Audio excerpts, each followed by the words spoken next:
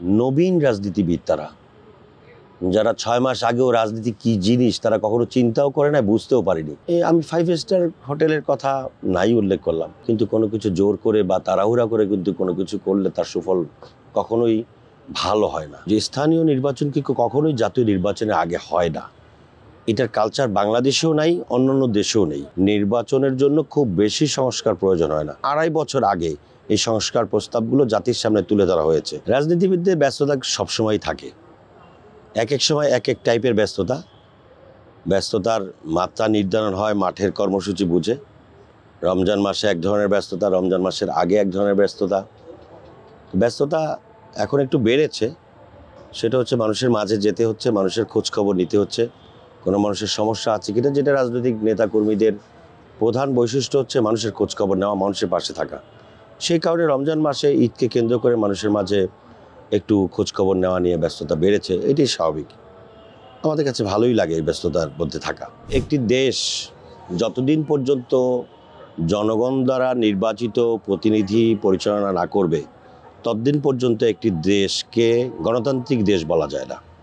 কারণ গণতন্ত্র হচ্ছে জনগণ দ্বারা নির্বাচিত সরকারকেই গণতান্ত্রিক সরকার বলে, আর জনগণের মতামত নিয়ে যারা রাষ্ট্র পরিচালনা করে সেটাই গণতান্ত্রিক রাষ্ট্র হিসেবে বিবেচিত হয় পৃথিবীতে। সেই কারণে জনগণের নির্বাচিত ছাড়া যে কোনো কাজই করতে যাবে সেটা কিন্তু এক ধরনের প্রশ্নের মুখোমুখি থেকেই যায়। যত ভালো কাজই করুক না কেন, জনগণের ম্যান্ডেটটা কিন্তু খুব জরুরি। জনগণের ম্যান্ডেটের জন্য নির্বাচনী সংস্কার যতটুকুন প্রয়োজন সকলের সঙ্গে আলোচনা করে নির্বাচনী সংস্কারটা সেরে যত দ্রুত সম্ভব একটি গ্রহণযোগ্য, নিরপেক্ষ, সুষ্ঠু, মানুষের ভোটাধিকারে পরিপূর্ণ একটি নির্বাচনের জন্য মানুষ কিন্তু অধীর আগ্রহ অপেক্ষা করছে। কারণ মানুষ গত 17 বছর ভোটের অধিকার থেকে বঞ্চিত, আর ভোটের অধিকার থেকে যখন মানুষ বঞ্চিত থাকে তখন সেই দেশকে আর যা কিছুই বলুক জনগণের সরকার বলা যায় না। তারা যে সমস্ত সংস্কার ইস্যুগুলি নিয়ে এসছে, এর ম্যাক্সিমাম সংস্কারই কিন্তু বিএনপির পক্ষ থেকে সকল রাজনৈতিক দলের সঙ্গে আলোচনা করে 2.5 বছর আগে এই সংস্কার প্রস্তাবগুলো জাতির সামনে তুলে ধরা হয়েছে। এবং বিএনপি সহ অন্যান্য যে সমস্ত রাজনৈতিক দল এই সংস্কারগুলোর সঙ্গে একমত হয়েছে, সেই জিনিসগুলো জনগণের কাছে ছেড়ে দেওয়া হয়েছে। জনগণ পর্যালোচনা করছে। আগামী নির্বাচনে সেই সংস্কারের উপরে জনগণ চিন্তা ভাবনা করে সেই সংস্কারের আলোকেই কিন্তু মানুষ ভোট দেবে।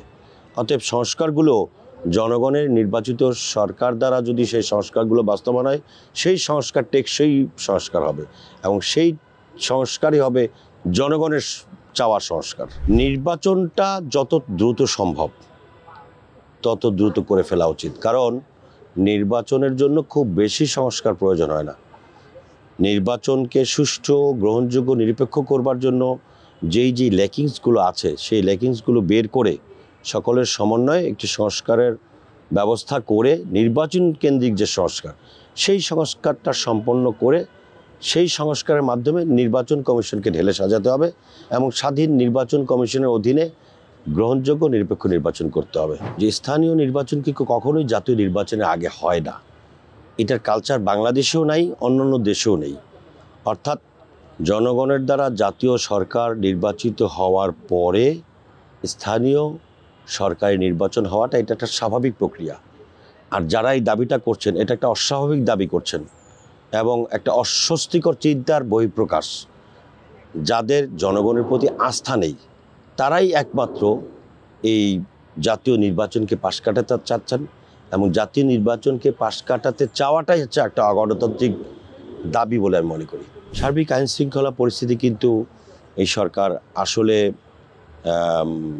জনগণের যেরকম আইন শৃঙ্খলা পরিস্থিতি বা নিরাপত্তা ব্যবস্থা দরকার সেটা কিন্তু এই সরকার করতে পারেনি। সরকারের স্বরাষ্ট্র উপদেষ্টা থেকে যে সমস্ত উপদেষ্টারা মন্তব্য করেন সেটাও পরিষ্কার। সাধারণ জনগণও কিন্তু আইন শৃঙ্খলা নিয়ে খুব উদ্বিগ্ন অবস্থায় আছে। তো আইন শৃঙ্খলা পরিস্থিতি নিয়ন্ত্রণ করবার জন্যও কিন্তু একটি জনগণের নির্বাচিত সরকার প্রয়োজন। তাছাড়া অভিজ্ঞতা যদি না থাকে, আপনার মনের ইচ্ছা যাই ভালো থাকুক না কেন, অভিজ্ঞতা কিন্তু একটা বড় বিষয়।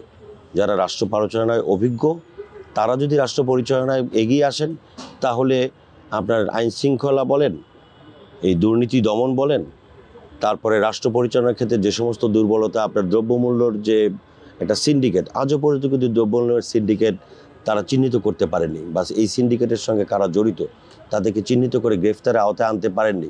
সেই কারণে কিন্তু আওয়ামী লীগের আমলে বেড়ে যাওয়া সেই দ্রব্যমূল্য এখনও পর্যন্ত কিন্তু সরকার নিয়ন্ত্রণ করতে পারেনি। আমরা যেটা ধারণা করছিলাম, বা সাধারণ মানুষ যেটা ধারণা করছিল, যে এই সরকার আসলে নির্বাচনের বাইরেও অন্য কিছু চিন্তা করছে, যেটাকে আমরা কিংস পার্টি বা রাজকীয় পার্টি হিসেবে ইতিমধ্যে দেখেছি। এই কিংস পার্টি কিন্তু গঠনের প্রক্রিয়াটা জনগণ কখনো সমর্থন করে না, এবং কিংস পার্টির প্রভাব এটা কিন্তু গণতন্ত্রের জন্য ক্ষতিকর। কারণ এই কিংস পার্টি হিসেবে বা সরকারের নিয়ন্ত্রণে বা সরকারের ছত্রছায়ায় যে সমস্ত রাজনৈতিক দল গঠিত হয়ে সরকারে যাওয়ার আগেই হস্তক্ষেপ করে, এটা একটা সরকারের জন্য লজ্জাজনক, জাতির জন্য দুঃখজনক। কারণ যারা নির্বাচিত সরকার না, তাদের আসলেই একমাত্র কাজ হওয়া উচিত একটি সুষ্ঠু গ্রহণযোগ্য নির্বাচন করা। এই নিয়োগ প্রক্রিয়ার মধ্যে কোনো অবস্থাতেই অন্য কোনো রাজনৈতিক দলের হস্তক্ষেপ থাকার কথা না, এবং এখান থেকেই বোঝা যায় যে সরকার আসলে তার মূল কাজ থেকে দূরে সরে গিয়ে অন্য কাজে জড়িত আছে, যেটা গণতন্ত্রের জন্য হুমকিস্বরূপ। নবীন রাজনীতিবিদ তারা, যারা 6 মাস আগেও রাজনীতি কী জিনিস তারা কখনো চিন্তাও করে না, বুঝতেও পারেনি, হঠাৎ করেই তাদেরকে আসলে ছাত্র গণ অভ্যুত্থানের অবদানের স্বীকৃতি হিসেবেই কিন্তু দুজন ছাত্র প্রতিনিধিকে এই গভর্নমেন্টে রাখা হয়েছিল। তো সেখান থেকে বেরিয়ে এসে তারা এইভাবে একটি রাজনৈতিক দল গঠন করলো, এবং রাজনৈতিক দল গঠন করার প্রক্রিয়ার মধ্যে অনেক প্রশ্ন রয়েছে। আমরা নতুন রাজনৈতিক দল হিসেবে স্বাগত জানাই, আমাদের দলও জানিয়েছে, আমরাও শুভকামনা করি, কিন্তু কোনো কিছু জোর করে বা তাড়াহুড়া করে কিন্তু কোনো কিছু করলে তার সুফল কখনোই ভালো হয় না। তো সেই ক্ষেত্রে আমি 5 স্টার হোটেলের কথা নাই উল্লেখ করলাম। আপনার তাদের যে জমায়েত হয়েছে, যে জমায়েতের জন্য কয়েক হাজার বাস ঢাকা শহরে এক জায়গায় রেখে দেওয়া হয়েছিল, এবং সেখানে সরকারি নিরাপত্তা সহকারে, ইভেন আপনার কোনো কাগজেতে এসছে যে যেটা জেলা প্রশাসকের ওখান থেকে চিঠি ইস্যু করে তাদেরকে পরিবহন সাপ্লাই দেওয়া হয়েছে। এগুলোর লক্ষণ কিন্তু গণতন্ত্রের জন্য খারাপ, বাংলাদেশের বর্তমান প্রেক্ষাপটকে আরও ক্ষতিগ্রস্ত করছে। ভবিষ্যতে বাংলাদেশের গণতন্ত্র উত্তরণের পথে এগুলো সাংঘাতিক রকমের প্রশ্নের মুখোমুখি হয়ে দাঁড়াবে। সকল পেশাজীবী, অন্যান্য ম্যাক্সিমাম রাজনৈতিক দলের নেতৃবৃন্দের সঙ্গে বসে আলাপ আলোচনা করে দীর্ঘদিন চিন্তা ভাবনা করে কিন্তু 31 দফার একটা রাষ্ট্র মেরামতের যে কর্মসূচি ঘোষণা করা হয়েছে, এটা তো নিয়ে আমরা আসলে গ্রামে গঞ্জে গিয়েছি, মানুষের মধ্যে ব্যাপক সাড়া। মানুষ কিন্তু অধীর আগ্রহে অপেক্ষা করছে যে 31 দফার আলোকে বাংলাদেশটা আসলেই কেমন করে বাংলাদেশটা এগিয়ে যাবে। এই 53 বছরে পিছিয়ে পড়া বাংলাদেশকে 31 দফা রাষ্ট্র মেরামতের আলোকে অবশ্যই অতি অল্প সময়ের মধ্যে একটি আধুনিক উন্নত রাষ্ট্রে পরিণত করা সম্ভব এই বাংলাদেশকে। এটা মানুষ কিন্তু এখন থেকেই ভাবতে শুরু করেছে। এই জন্যই মানুষ কিন্তু অধীর আগ্রহে অপেক্ষা করছে যে তারেক রহমানের যে ঘোষিত 31 দফা রাষ্ট্র মেরামতের কর্মসূচি, এই কর্মসূচির আলোকে আগামী সরকার গঠিত হবে, এবং আগামী সরকার 31 দফার আলোকে বাংলাদেশকে সুন্দর করে সাজিয়ে তুলবে। তারেক রহমান সাহেব দেশে আসবেন আসলে এখনও পর্যন্ত আমরা মনে করি, দেখেন, একটি অন্তর্বর্তীকালীন সরকার, এই অন্তর্বর্তীকালীন সরকার যদি ইচ্ছা করত 3 মাসের মধ্যে একটি গ্রহণযোগ্য নির্বাচন দেওয়া সম্ভব ছিল। অতীত রেকর্ড রয়েছে।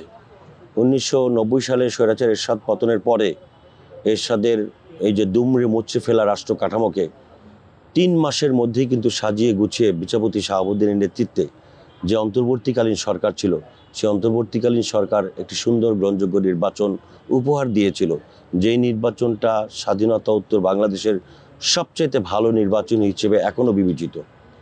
তো এই অন্তর্বর্তীকালীন সরকারও যদি শুধু জনগণের সরকার প্রতিষ্ঠা করার দরকার, এই জিনিসটা যদি তারা সদিচ্ছার আলোকে চিন্তা করত, তাহলে কিন্তু এই 3 মাসের মধ্যে নির্বাচনটা করা সম্ভব ছিল।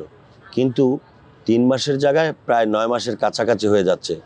1 বছরের মধ্যেও এখনও প্রধান উপদেষ্টা আপনার ভাষায় যিনি বললেন যে কম সংস্কার বেশি সংস্কার, আমার এই বিতর্কে যাওয়ার দরকারটা কি?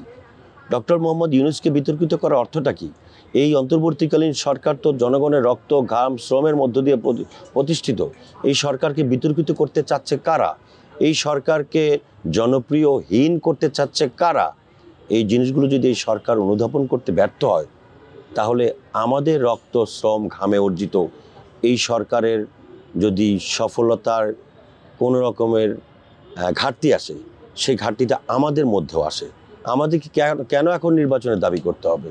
আমরা তো আওয়ামী দুঃশাসন আমলে যারা মানুষের ভোটের অধিকার কেড়ে নিয়েছিল, সেই সময় আমরা ভোটের অধিকারের জন্য লড়াই করেছি। এখনও ভোটের অধিকারের জন্য কেন আমাদেরকে সময় ক্ষেপণ করতে হবে? কেন ভোটের অধিকারের জন্য আমাদেরকে রাজপথে কথা বলতে হবে, এই সরকারের বিরুদ্ধে কথা বলতে হবে? খুবই দুঃখজনক। আমরা চাই সরকারকে নিয়ে কোনো বিতর্ক তৈরি না হোক। যতটুকুন হয়েছে, এনাফ ইজ এনাফ। এই সরকারকে বিতর্কিত করার কোনো প্রচেষ্টাকে আমরা সমর্থন করি না।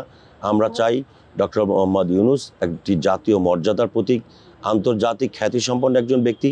তার মর্যাদা অক্ষুণ্ণ রাখার স্বার্থেই যত দ্রুত সম্ভব এই জাতীয় অপপ্রচারের বাইরে এসে একটি সুষ্ঠু গ্রহণযোগ্য নির্বাচনের মধ্য দিয়ে এই সরকার জনগণের সরকারের হাতে তাদের দায়িত্ব অর্পণ করবে, এটাই জনগণের প্রত্যাশা।